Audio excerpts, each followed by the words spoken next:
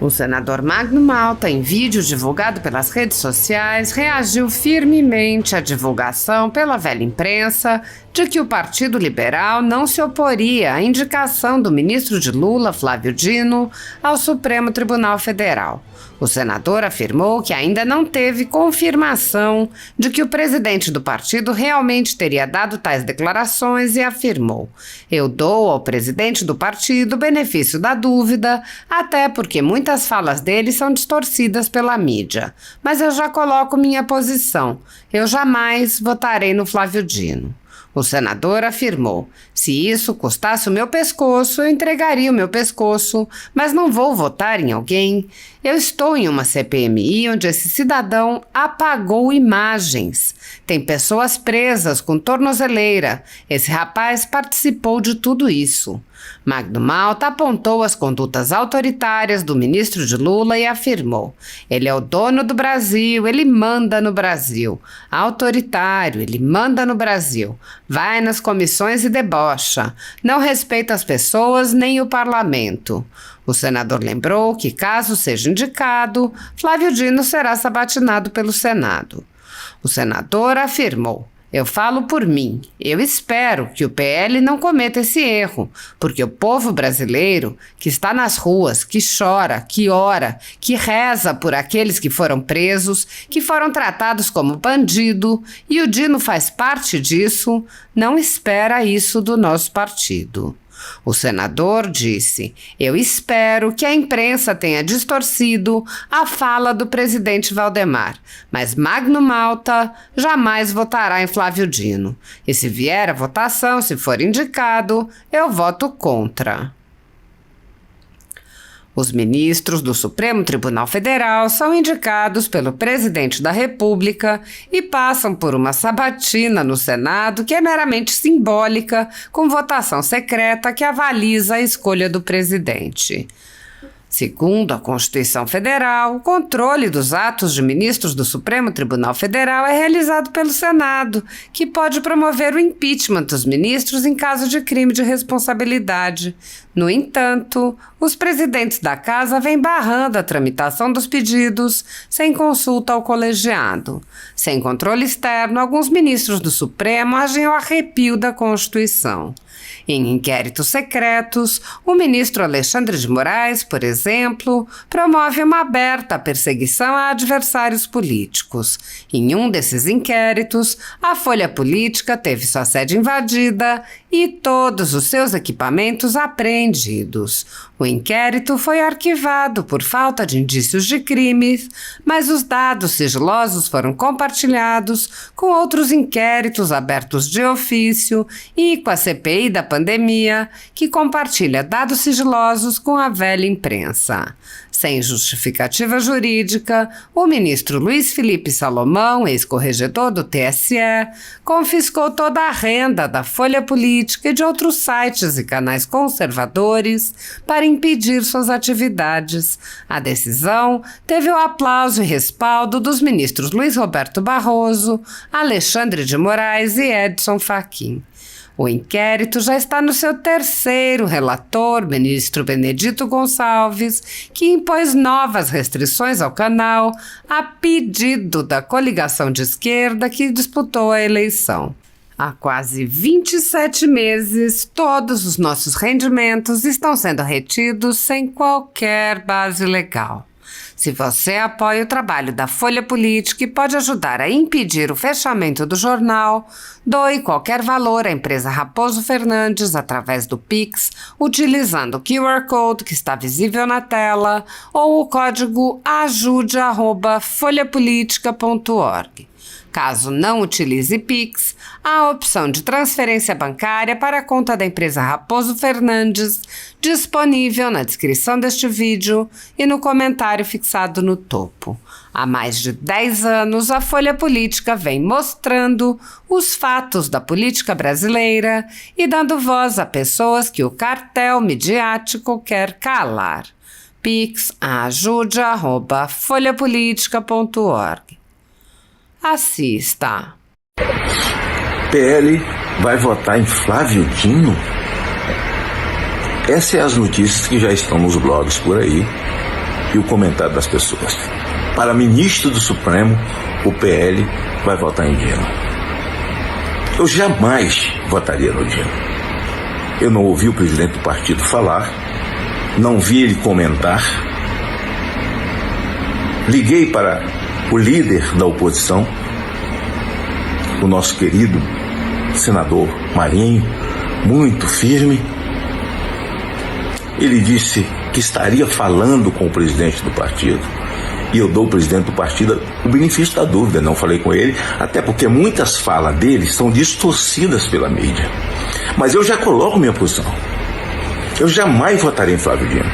Se ele for indicado, vou dizer uma coisa a vocês exagerada. Se isso custasse o meu pescoço, eu entregaria o pescoço. Mas não vou votar em alguém. Eu estou numa CPMI, onde esse cidadão apagou imagens.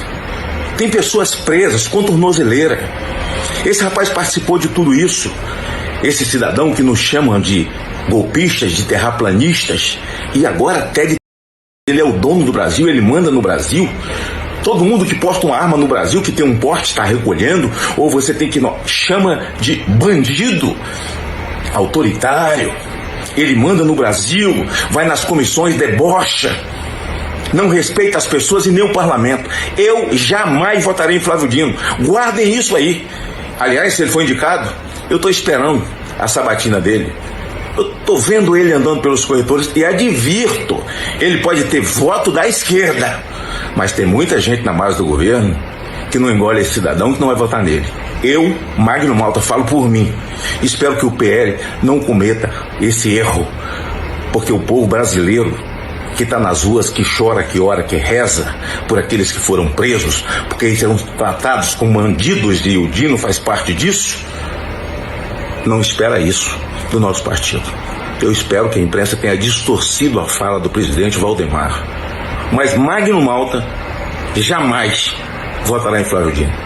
E se vier a votação, se for indicado, eu voto contra. Eu sou o presidente da Frente Parlamentar da Segurança Pública. Esse movimento de ontem, ele é ímpar. Nunca aconteceu na história desta casa. Eu acho que os parlamentares se cansaram de ser questionados nas ruas sobre essas atitudes que recentemente vem acontecendo pelo Supremo Tribunal Federal. Veio a questão da descriminalização das drogas, nos assustou. Veio a questão da liberação do marco temporal, também nos assustou. Veio a questão do decreto das armas, piorou a situação.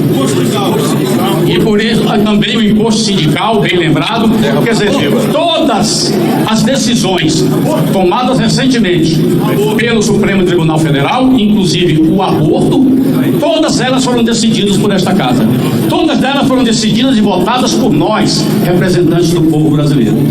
Então, esse movimento, estou falando de 22 frentes, simbolicamente, por causa do número do partido 22.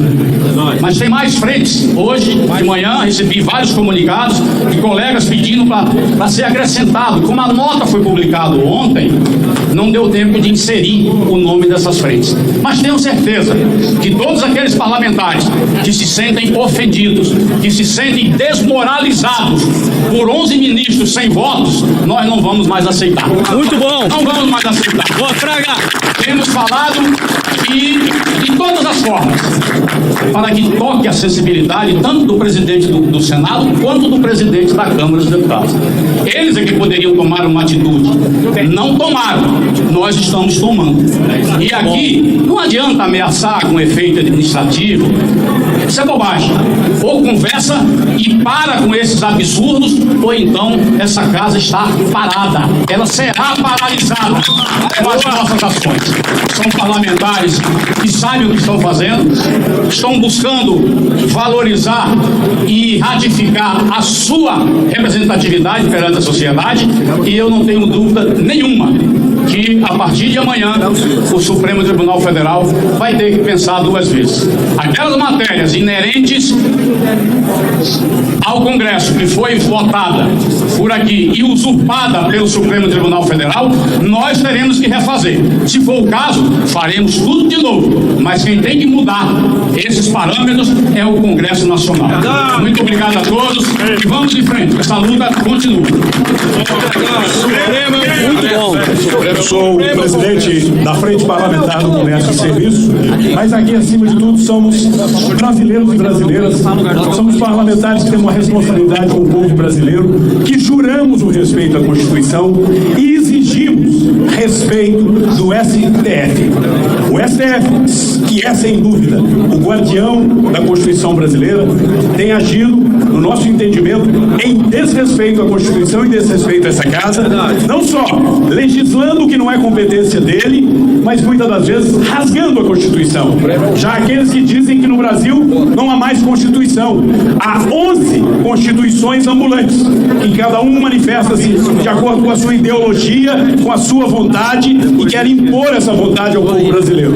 Portanto, aqui já foram elencadas e todos os brasileiros já sabem dos absurdos de tentar legislar pautas que são muito caras ao povo brasileiro, que devem ser objeto de debate. Aborto, drogas, devem ser objeto de debate, sim. É legítimo que uns se posicionem a favor e outros contra, mas o debate deve ser no parlamento. Aqui é a casa que representa o povo brasileiro, não o STF usurpando o papel do parlamento.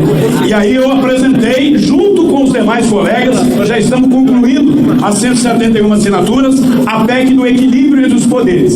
E antes que saiam por fake news, é uma PEC que não afronta o STF, é uma PEC que não retira nenhuma vírgula das prerrogativas do STF, é uma PEC que resguarda o equilíbrio entre os poderes e trata tão somente de, no artigo 49, que é o artigo da Constituição que trata das prerrogativas do Congresso Nacional, acrescentar o inciso para deixar claro algo que o próprio artigo 49 já diz, que nós temos que zelar pelo nosso poder de legislar.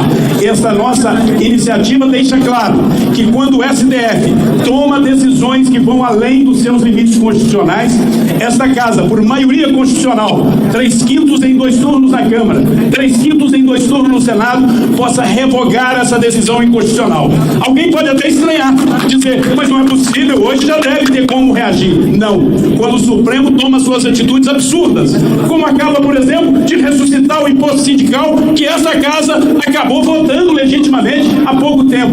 Quando o Supremo derruba o marco temporal que ele próprio havia reconhecido e que está claro na Constituição, o Supremo age contra a Constituição. E como fazer? Recorrer a quem? Somente a Deus. A nossa Constituição não deixou um recurso claro para você proteger a democracia contra a arbitrariedade do Supremo. Toda ditadura é terrível. Nós não queremos ditadura nem do Legislativo, nem do Executivo, e não corremos esse risco no Brasil. Mas já estamos correndo o risco da ditadura do Judiciário, que é talvez, como já dizia Rui Barbosa, a pior das ditaduras. Por isso somos Estados Unidos em defesa do Brasil, da democracia, contra a ditadura que o STF tenta nos impor.